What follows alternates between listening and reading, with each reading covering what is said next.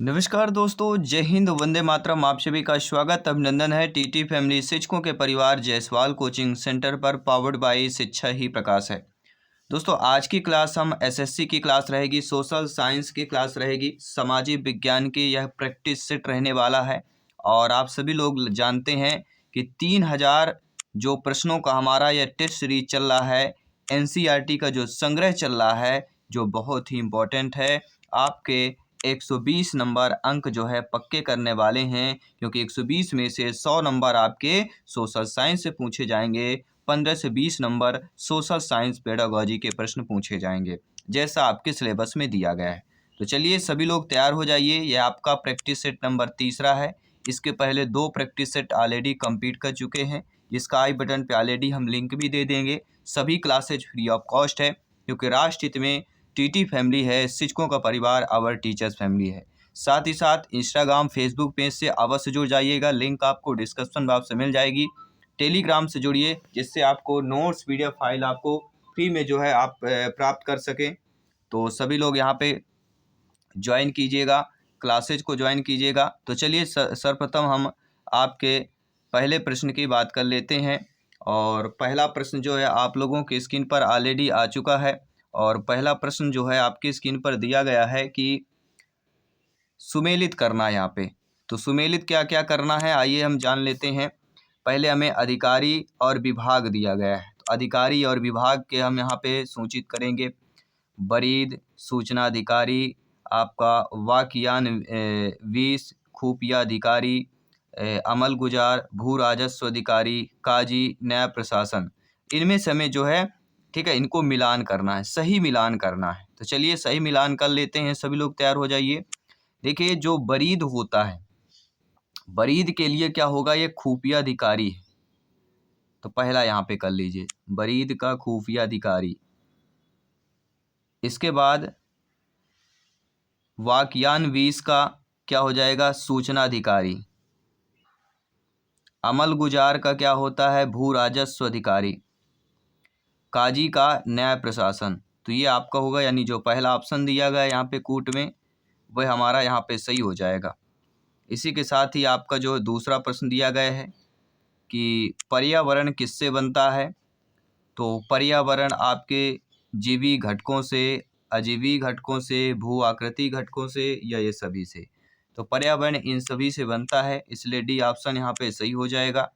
इसी के साथ ही आपका जो अगला प्रश्न है कि लिंगायत समुदाय के संबंध में कौन सा कथन सत्य नहीं दिया गया है। देखिए, लिंगायत समुदाय ये शिव की आराधना लिंग के रूप में करते हैं। इस समुदाय के पुरुष स्कंध भर सोने के एक पिटारे में एक लघु लिंग को धारण करते हैं। जंगम अर्थात यायावर बिच्चु लिंगायत से संबंधित थे। पुनर्जन्म के सिद्धांत पर उन्होंने प्रश्नवाचक चिन्ह लगाया। तो यहाँ पे जो दिया गया है कि लिंगायत समुदाय के संबंध में कौन सा कथन सत्य नहीं है। देखिए, इस समुदाय के पुरुष स्कंध पर सोने के एक पिटारे से एक लघु लिंग को धारण करते हैं, यह कथन असत्य दिया गया है। बाकी ये शिव की आराधना लिंग के रूप में करते हैं, ये बिल्कुल सही बात है। जंगम अर्थात यायावर भिक्षु लिंगायत से संबंधित थे। पुनर्जन्म के सिद्धांत पर उन्होंने प्रश्नवाचक चिन्ह लगाया। तो पहला, तीसरा, चौथा ये कथन लिंगायत समुदाय से संबंधित सही है, दूसरा आपका सही नहीं है। इसी के साथ ही हम बात करते हैं आपके अगले प्रश्न की तरफ। स्थायी बंदोबस्त किसके साथ किया गया। तो स्थायी जो बंदोबस्त है वह आपके जमींदारों के साथ किया गया था। पहला ऑप्शन यहाँ पे सटीक आंसर हमारा सही हो जाएगा। इसी के साथ ही अगला प्रश्न है, निम्नलिखित युग्मों पर विचार करना है। निर्गत कीमत, बफर स्टॉक, न्यूनतम समर्थित मूल्य, इन तीनों से संबंधित दिया गया है। अब इनमें विचार करना है। देखिए, निर्गम कीमत क्या है, समाज के गरीब वर्गों में अनाज की वितरण की जाने वाली कीमत निर्गम कीमत कहलाती है। बफर स्टॉक क्या कहलाता है, भारतीय खाद्य निगम के माध्यम से सरकार द्वारा अधिप्राप्त अनाज का भंडार बफर भंडार कहलाता है। न्यूनतम समर्थित मूल्य, फसलों के लिए पहले से घोषित कीमत को हम न्यूनतम समर्थित मूल्य कहते हैं। तो तीनों सही दिए गए हैं, इसलिए हम डी ऑप्शन को यहाँ पे हम चयन कर लेंगे। आई होप सब लोग समझ गए होंगे यहाँ पे मेरे प्यारे मित्र, सभी शिक्षक बंधु, भाई बहन, गृहिणी सभी कमेंट कीजिएगा जिनका सपना है टीटी एग्जाम को फतेह करना। आपकी सोशल साइंस की क्लास 11:30 में आपको वीडियो के माध्यम से मिल जाती है। ठीक है, चैनल को विजिट कीजिए, आपको ऑलरेडी मिल जाएगा। और 7 PM में हमारी बाल विकास की लाइव क्लास होती है, तो 7 PM में लाइव क्लास अवश्य जुड़िएगा। भारत में केंद्र राज्य संबंध इनमें से किस पर निर्भर करते हैं? तो भारत में जो केंद्र और राज्य संबंध होते हैं किस पर निर्भर करते हैं? संवैधानिक प्रावधानों पर, परंपरा और व्यवहारों पर, न्यायिक व्याख्याओं पर, बातचीत के लिए यंत्र विन्यास पर, इन चारों पर निर्भर करते हैं। इसलिए डी ऑप्शन को हम यहाँ पे चयन कर लेंगे। कोई भी डाउट हो बेफिक्र आप लोग कमेंट कर सकते हैं। जयसवाल सर आप सभी का अभिनंदन, स्वागत करते हैं। दोस्तों, नवपाषाण काल के संबंध में निम्नलिखित कथनों पर विचार कीजिए।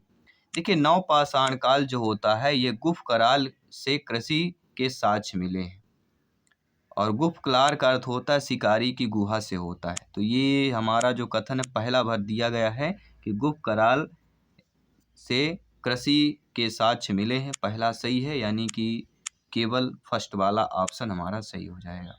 और आपने अक्सर देखा होगा सोशल साइंस में ये कथन और केवल एक कूट वाला ज़्यादा पूछा जाता है, जिनमें आपके ऑप्शंस दिए रहते हैं, ए सही होगा, दोनों सही होंगे कि तीनों सही होंगे।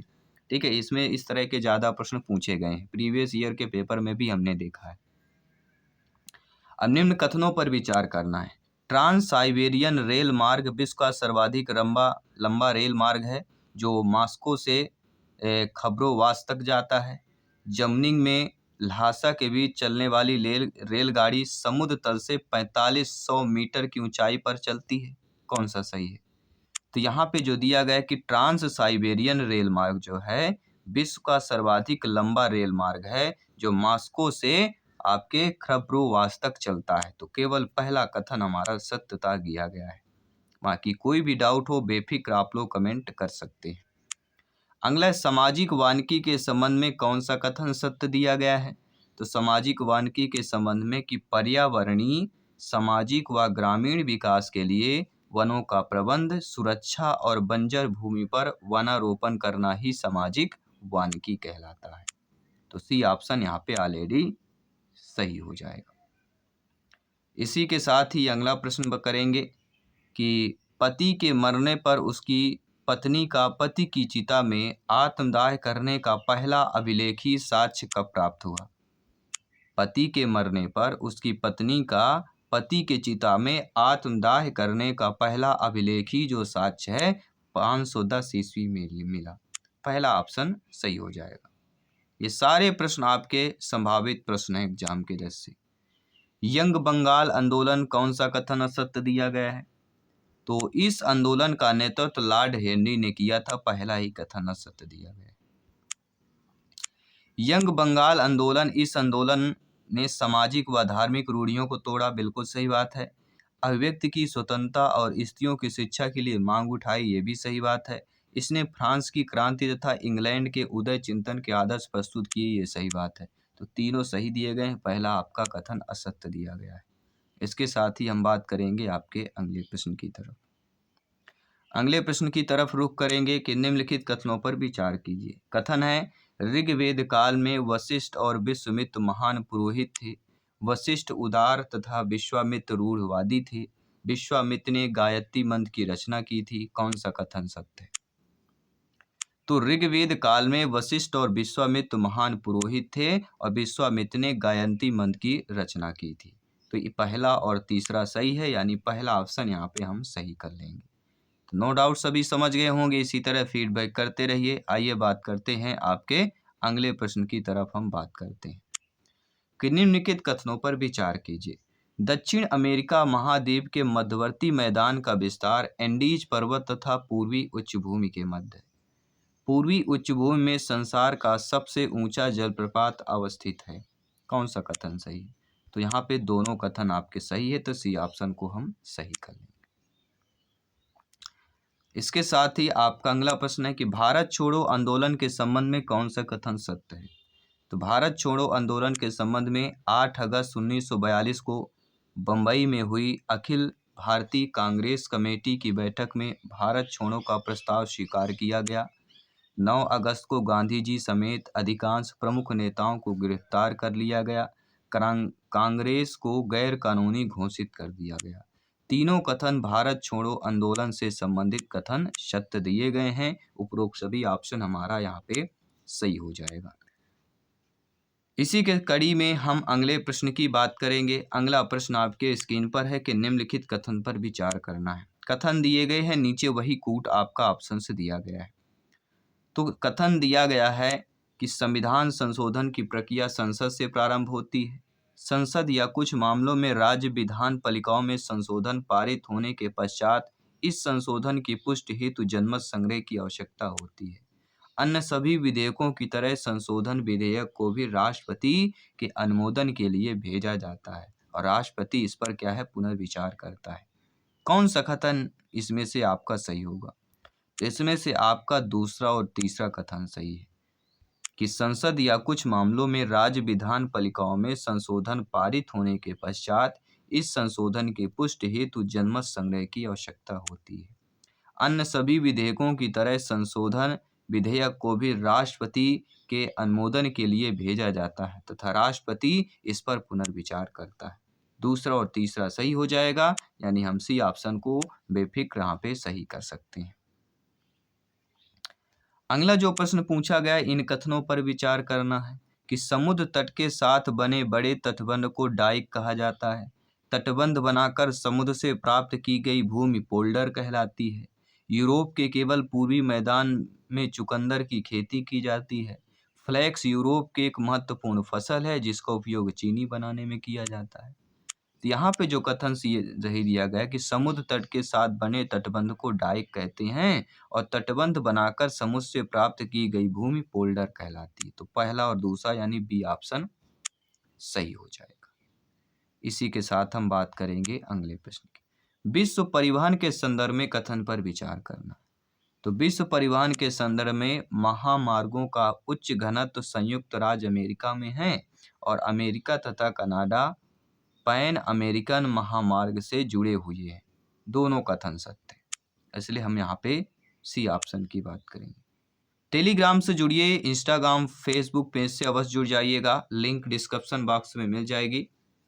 अगला है मालवा के शासक हुसंग शाह के संबंध में कौन सा कथन सत्य नहीं है। देखिए, मालवा के शासक हुसंग शाह के संबंध में जो कथन सत्य है कि उसने जैनों को प्रश्रय दिया, वह धार्मिक रूप से सहिष्णु शासक था। उसने राजपूतों को मालवा में बसने दिया, लेकिन वह मेवाड़ के राणा कुंभ का समकालीन था। यह कथन आपका असत्य दिया गया। ठीक है, चलिए बात कर लेते हैं अगले प्रश्न की। अगला है परितंत्र के किस प्रकार के बायोम में कम घने मध्यम ऊंचाई के वृक्ष अधिक प्रजातियों की एक जैसी वनस्पति होने की विशेषता पाई जाती है। किसमें पाई जाती है? पर्णपाती वन में पाई जाती है। अगला जो प्रश्न है कि निम्नलिखित किस शब्द का प्रयोग ख्वाजा मोइनुद्दीन चिश्ती के लिए किया जाता है? वह गरीब नवाज। ख्वाजा मोइनुद्दीन चिश्ती किसके लिए किया जाता है? गरीब नवाज के लिए किया जाता है। सातवाहन वंश के किस शासक ने सातवाहन वंश को स्थापित करने तथा ऐश्वर्य लौटाने में महत्वपूर्ण भूमिका निभाई थी? गौतमी पुत्र सातकर्णी ने निभाई थी। अगला जो प्रश्न दिया गया है कि निम्नलिखित कथनों पर विचार करना है। उच्च न्यायालयों की स्थापना सबसे पहले 1862 ईस्वी में कलकत्ता, मुंबई और मद्रास में की गई थी। पंजाब और हरियाणा का एक साझा उच्च न्यायालय चंडीगढ़ में है। तेलंगाना के उच्च न्यायालय हैदराबाद में स्थित है। कौन सा कथन सही है?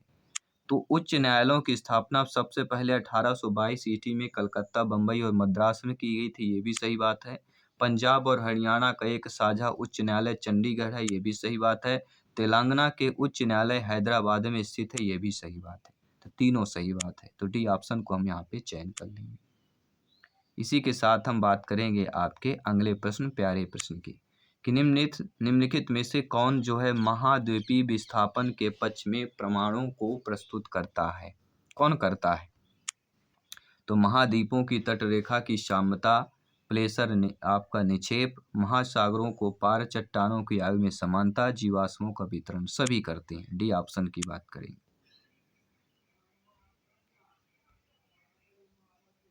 अगला जो प्रश्न दिया गया है स्क्रीन पर है कि निम्नलिखित में से कौन सा कथन ग्रहों के संबंध में सही नहीं दिया गया है। जोवियन ग्रह की उत्पत्ति जनक तारे से बहुत दूर स्थान पर हुई। बाहरी ग्रहों का गुरुत्वाकर्षण बल आंतरिक ग्रहों से कम होता है। पार्थिव ग्रह अर्थात आंतरिक ग्रह का निर्माण शैलों तथा धातुओं से होता है। या बी और सी दोनों। देखिए, जोवियन ग्रह की उत्पत्ति जनक तारे से बहुत दूर स्थान पर हुई है, यह भी सही बात है। पार्थिव ग्रह अर्थात आंतरिक ग्रह का निर्माण शैलों तथा धातुओं से हुआ, यह भी सही बात है। लेकिन बाहरी ग्रहों का गुरुत्वाकर्षण बल आंतरिक ग्रहों से कम होता है, यह कथन असत्य है। यह आपके ग्रहों से संबंधित कथन नहीं दिया गया, तो B option according to question सही हो जाएगा। किसी भी प्रश्न पर डाउट है बेफिक्र कमेंट कर सकते हैं। चावल की खेती से संबंधित निम्नलिखित प्रमुख क्षेत्र कौन से हैं?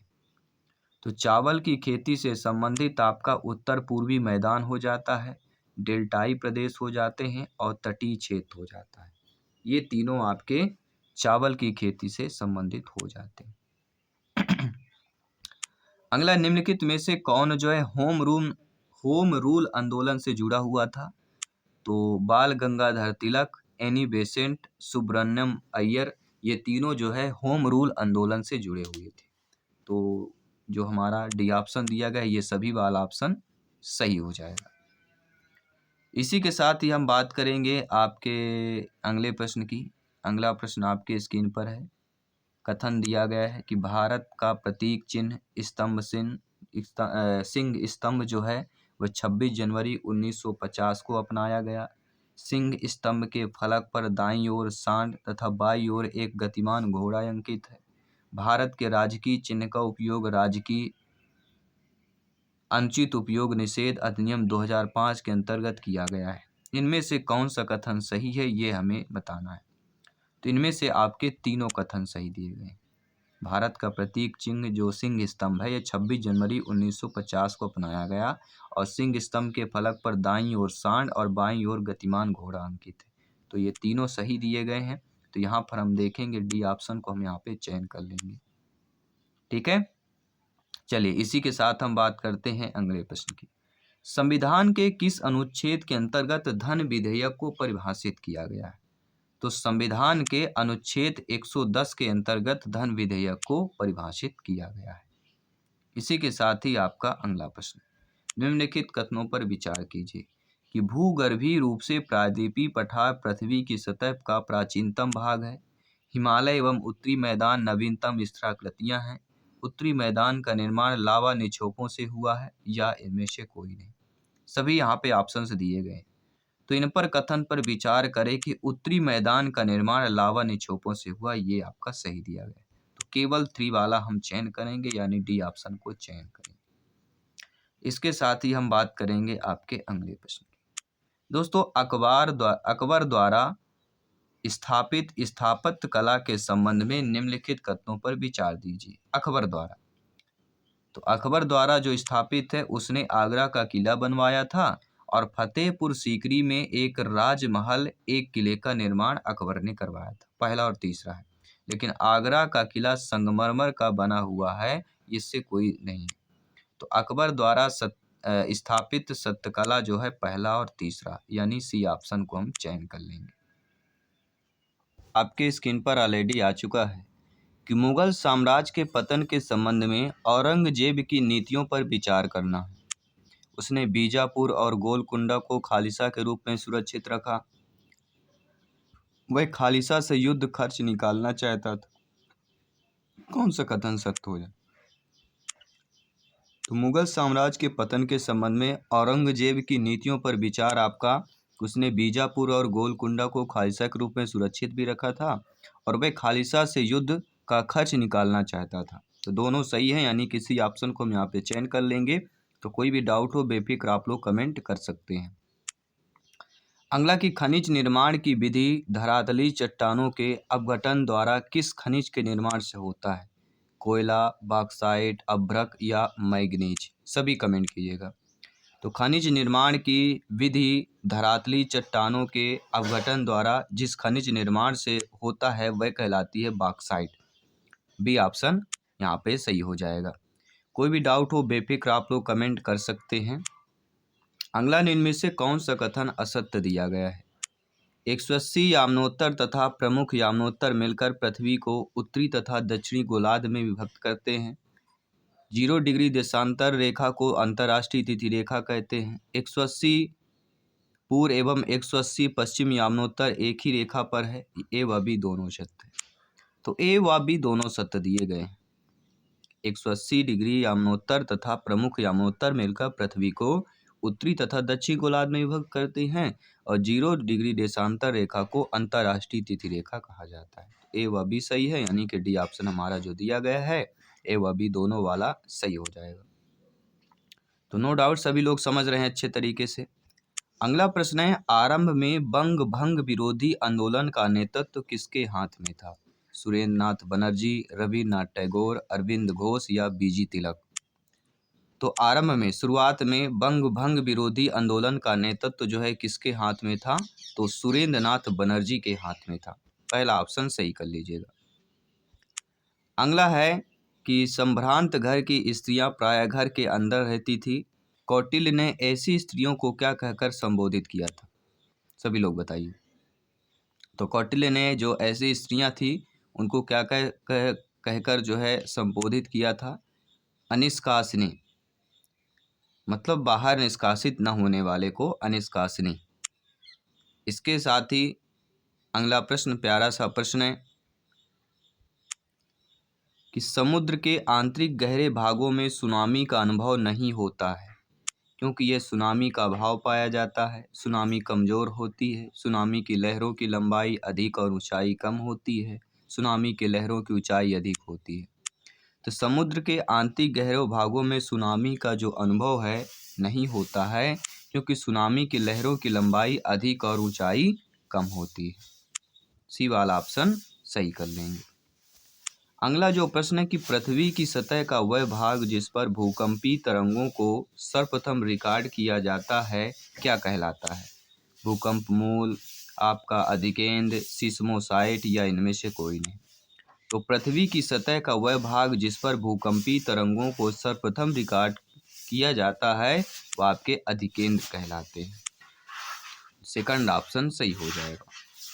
इसी के साथ ही आपका जो अगला प्रश्न है ऑलरेडी आपके स्क्रीन पर आ चुका है और प्रश्न हमारा जो है पूछा जा रहा है कि सम्राट अशोक के संबंध में निम्नलिखित कथनों पर विचार करना है।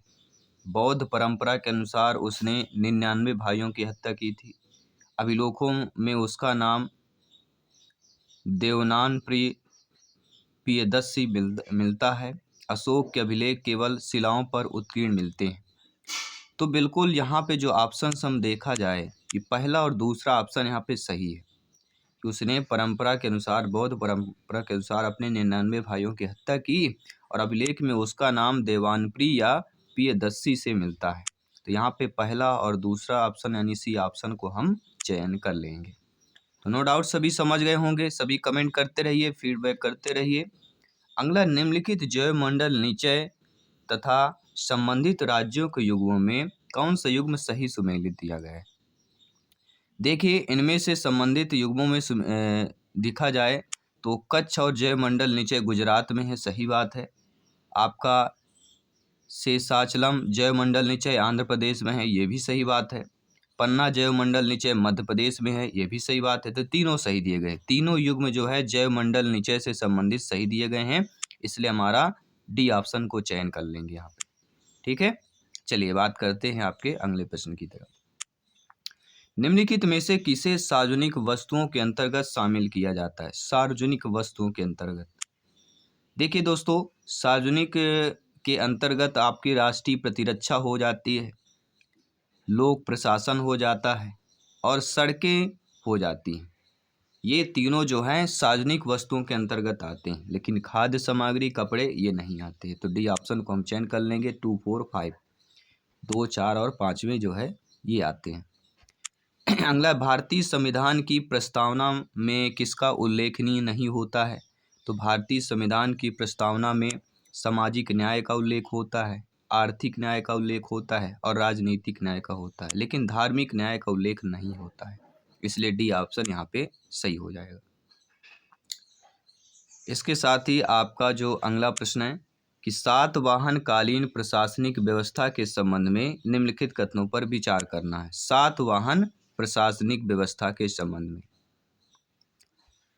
सातवाहन राजाओं की तुलना देवताओं से की गई, ये भी सही बात है। सातवाहनों से कई प्रशासनिक इकाइयां वह रखी जो अशोक के काल में पाई गई, ये भी सही बात है।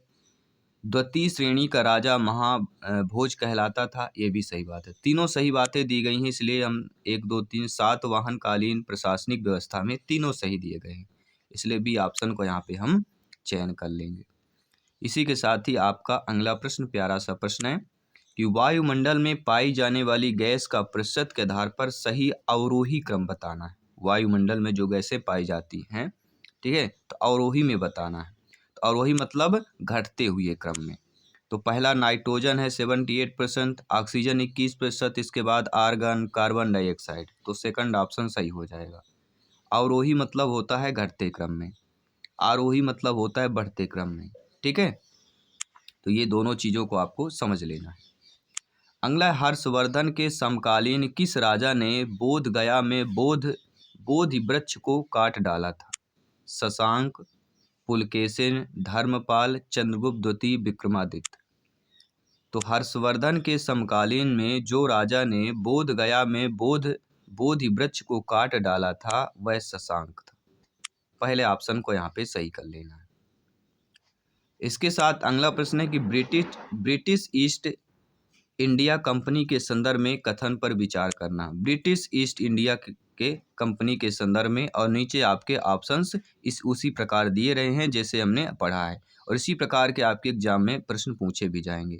तो ब्रिटिश ईस्ट इंडिया कंपनी के संदर्भ में जो कथन हमारा सही दिया गया है कि 1605 ईस्वी में कंपनी ने भारत के पश्चिमी तट पर गोवा में एक फैक्ट्री की स्थापना की थी। कब की थी? 1905 में। ये ऑप्शन सही दिया गया है, बाकी सारे गलत दिए गए हैं, इसलिए हम नहीं पढ़ेंगे। आइए बात करते हैं अगले प्रश्न की तरफ। किस मुगल बादशाह के शासन काल में नादिर शाह ने भारत पर आक्रमण किया था? आपके अहमद शाह, आलमगीर द्वितीय, मोहम्मद शाह या रफ़ी उद दरजात। तो जिस मुगल बादशाह के शासन काल में नादिर शाह ने भारत पर आक्रमण किया था, मोहम्मद शाह। सी वाला ऑप्शन सटीक आंसर हमारा हो जाएगा। अगला जो प्रश्न है कि निम्नलिखित कथनों पर विचार करके चुनिए। सारनाथ स्तंभ के सिंह शीर्ष को मौर्यकालीन मूर्ति कला का एक सर्वोत्कृष्ट उदाहरण माना जाता है। ईसा पूर्व 2वीं शताब्दी में हमें बुद्ध की प्रतिमाओं या आकृतियों का दर्शन नहीं होते हैं। पटना के दीदारगंज से मिली यक्षिणी की मूर्ति सफ़ेद संगमरमर की बनी है। यह अशोक स्तंभ एकाश्म पत्थरों का उत्कीर्ण है। तो इस पर हम विचार करते तो हमें सी ऑप्शन यहाँ पे विचार को मिल रहा है। असत्य कथन दिया गया है। पटना के दीदारगंज से मिली याचनी की मूर्ति सफ़ेद संगमरमर की बनी है, यह कथन असत्य दिया गया है, बाकी आपके कथन सत्य दिए गए। अगला प्रश्न है हरित क्रांति के प्रभावों के संदर्भ में निम्नलिखित कथनों पर विचार करना है। किसके संबंध में? हरित क्रांति के प्रभावों के संदर्भ में, और नीचे वही कूट वाला ऑप्शन दिया गया है। तो हरित क्रांति के संदर्भ में देखा जाए तो खाद्यान्नों की कीमतों में उपभोग की अन्य वस्तुओं की अपेक्षा वृद्धि हुई है, और इसका अधिकांश लाभ बड़े किसानों की तुलना में छोटे किसानों को प्राप्त हुआ है। ये दोनों हमारे सही दिए गए हरित क्रांति के संबंध में। तो पहला और तीसरा देख लीजिए, हमारा जो डी ऑप्शन दिया गया है वह हमारा सही हो जाएगा। अगला प्रश्न देख लेते हैं, ये भी आपके कूट में दिए गए हैं। तो इसमें जो दिया गया है कि खानवा के युद्ध के संबंध में कथन विचार करना है। तो खानवा के युद्ध के संबंध में, यह युद्ध बाबर और राणा सांगा के बीच हुआ, बिल्कुल सही बात है। राणा सांगा ने मुगल क्षेत्र बनाया और बनाने के बाद अधिकार कर लिया था, दोनों सही बातें हैं। तो दोनों सही बातें हैं, यानी हम सी ऑप्शन को चयन करेंगे, ठीक है। आइए बात करते हैं अगले प्रश्न की। उत्तर भारत में मौर्यों के सबसे महत्वपूर्ण देशी उत्तराधिकारी कौन हुए? शुंग वंश के शासक, पाल वंश के शासक, आपके वर्धन वंश के शासक या कन्न वंश के शासक हुए थे? सभी लोग बताइएगा। उत्तर भारत में मौर्यों के सबसे महत्वपूर्ण देशी उत्तराधिकारी कौन थे? वह थे आपके शुंग वंश के शासक। पहला ऑप्शन जो है यहाँ पे सही कर लेना है। तो आई होप सभी लोग यहाँ पे जुड़ चुके होंगे शिक्षक भर्ती में नंबर 1 टीटी फैमिली से। आपकी 11:30 में आपके सोशल साइंस की क्लास होती है। 2-4 मिनट आपके टेक्निकल प्रॉब्लम की वजह से हो सकता है, लेकिन 11:30 बजे आपकी क्लास अपलोड हो जाती है, तो जाके चैनल विजिट कर देख सकते हैं। 7 PM में आपकी 12वीं क्लास की लाइव क्लास होती है, तो आप लोग देख सकते हैं। 4 PM में आपकी साइंस की क्लास मैराथन चल रही, वहाँ पे आप लोग ज्वाइन कर सकते हैं। तो मैं आपके साथ जायसवाल सर मिलता हूँ आपकी अगली क्लास पर। सभी मित्रों को जय हिंद, वंदे मातरम, धन्यवाद सभी का।